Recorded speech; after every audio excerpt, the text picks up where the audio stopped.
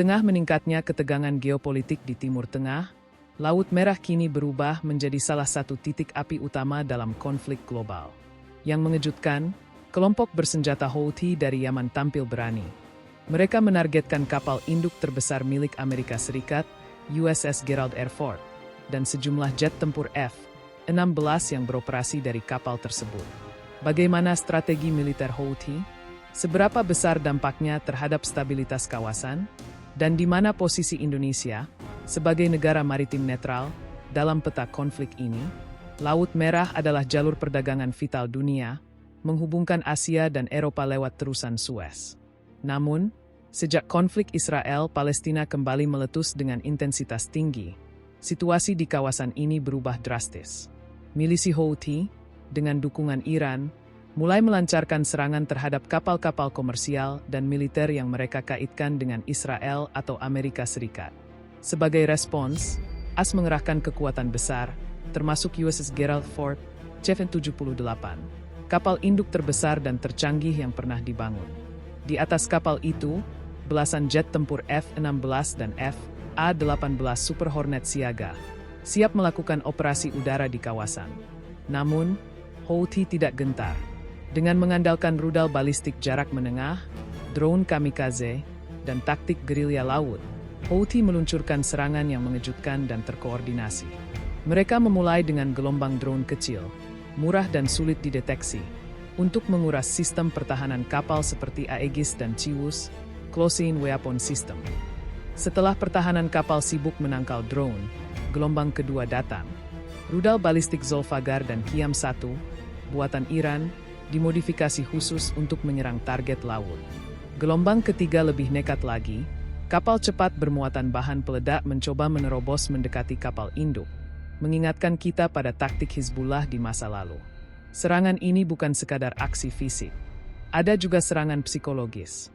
Houthi menyebarkan video yang diklaim sebagai bukti keberhasilan mereka menghantam USS Gerald R. Ford dan pesawat F-16 di dek. Meskipun klaim ini belum terverifikasi, video itu cukup untuk menciptakan kegaduhan di media sosial dan merusak citra dominasi militer AS. AS tak tinggal diam.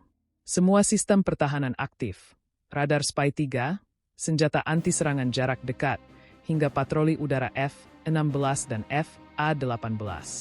Inggris ikut memperkuat kehadiran dengan kapal HMS Diamond, sedangkan Prancis meningkatkan operasi militernya di Djibouti. Namun laporan dari lapangan menyebutkan, beberapa rudal dan drone Houthi sempat lolos dan mengenai bagian luar kapal induk, menimbulkan kerusakan ringan. Meskipun Pentagon belum mengonfirmasi, analis militer menilai ini sebagai sinyal bahaya. Dominasi laut berbasis teknologi canggih ternyata tak lagi absolut. Bagi Indonesia yang tengah memperkuat postur maritim, peristiwa ini penting untuk dicermati. Beberapa pelajaran yang bisa diambil. Sistem pertahanan berlapis wajib dikembangkan, khususnya untuk melindungi kapal besar di wilayah rawan seperti Laut Natuna dan kawasan timur Indonesia.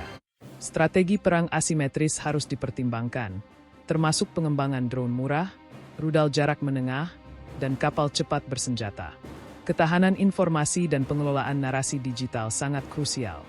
Peperangan kini bukan hanya soal rudal, tapi juga soal memenangkan opini publik.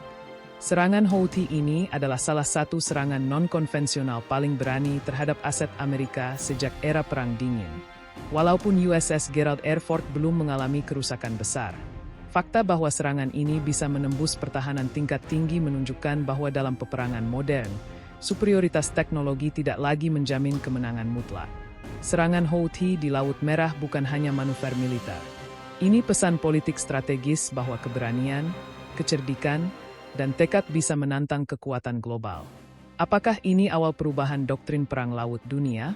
Atau sekadar insiden sementara di tengah gejolak Timur Tengah? Yang jelas, dunia kini sedang menyaksikan perubahan nyata dalam peta kekuatan militer global, dan Indonesia harus cermat membaca arah perubahan ini.